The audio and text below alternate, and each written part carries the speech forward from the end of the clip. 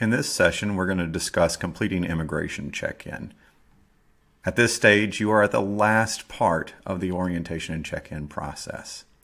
To complete check-in, you'll follow the instructions to update your Tuscaloosa address in MyBama. And you will upload clear scans or images of the following documents to our secure portal: the contact information sheet, the Acknowledgement of Responsibility form, your passport main information page, your F1 visa or J1 visa, your F1 I-20 pages 1 and 2 only, or your J1 DS 2019 page 1 only, your I-94 arrival departure record. Please note that this is only accessible after you've entered the U.S. So if you have not already arrived to the U.S., it is premature to submit these documents. And if you do have a spouse or any children with you, please scan their documents for check-in as well. Once these steps are complete, International Student and Scholar Services will be able to activate your immigration record. Let's begin with updating your address. Please remember, you must report your address at check-in and keep your address updated. All non-U.S. citizens residing in the United States are required to update their address within 10 days of any change of address. For you as an F1 or a J1 student, when you move, you need to update your address in MyBama. And ISSS will receive that report and then change that with your SEVIS record and report that to the Department of Homeland Security. International Student and Scholar Services must have the following information to report to immigration.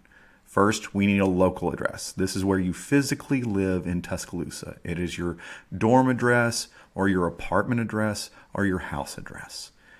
And then we also need a permanent address. The permanent address is your address in your home country. Typically, this is your parents' address, or if your parents no longer live in the home country, possibly your grandparents' address. Let's begin by talking about updating your address in MyBama.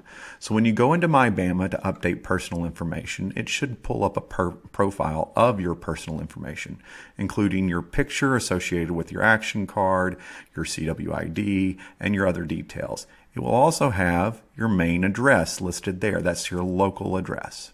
If you scroll down further, you'll find the address section where if you click on the edit icon, you can edit your local address. There you will put your physical address here in Tuscaloosa. That address would be your street address or your dorm room plus your room number. So don't forget, if you live in an apartment or if you live in a dormitory or if you live in a duplex where there's more than one unit, you need to include your apartment number. As you're entering this, put in the start date of where you're going to live. While it does ask for an end date, please don't put an end date. Many students know that their contracts will end in 9 months or 1 year, and they maybe will put in that as their end date. But we want to make sure that you don't put an end date because it will automatically erase the address from the system once that date passes. If you're going to continue living in that same place from year to year, you just leave it with no end date. Or just update your address when you make a change. For your local mailing address, that might be different.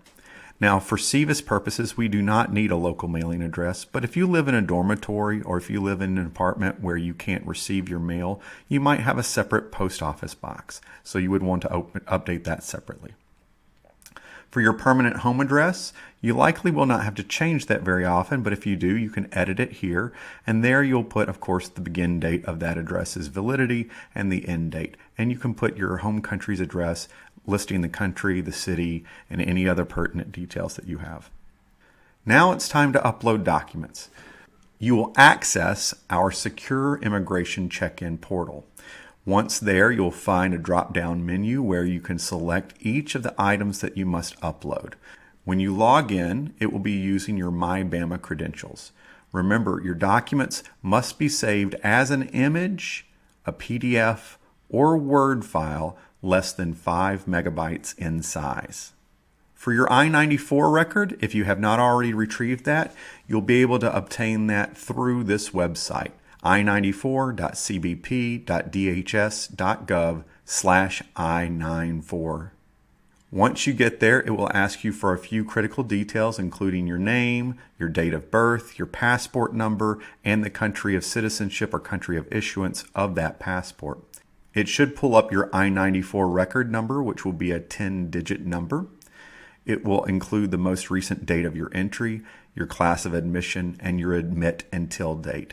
Your admit until date should say DS. That stands for duration of status.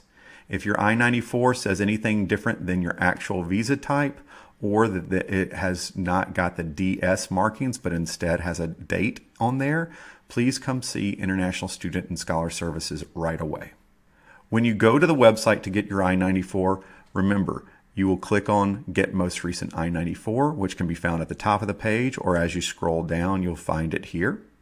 You'll enter in your first name, your last name, your date of birth with the day first, then the month, and then the year, your document number, which is your passport number, and the country of citizenship or the country of issuance for your passport. When you go to upload documents, you will need to complete a contact information sheet. The contact information sheet can be found in the link on the orientation page. You'll download and complete an acknowledgement of responsibility form.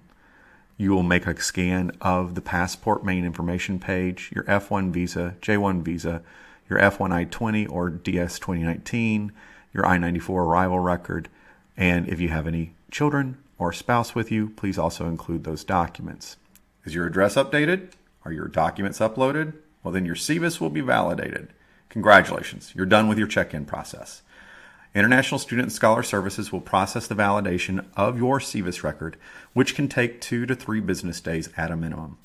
After the check-in has been complete and your SEVIS record has been validated, you will be notified. After SEVIS validation, then our office will be able to process any requested verifications for I-9 processing, Alabama credit union accounts, driver's license letters, or Social Security number applications. Thank you. Welcome to UA, and roll tide.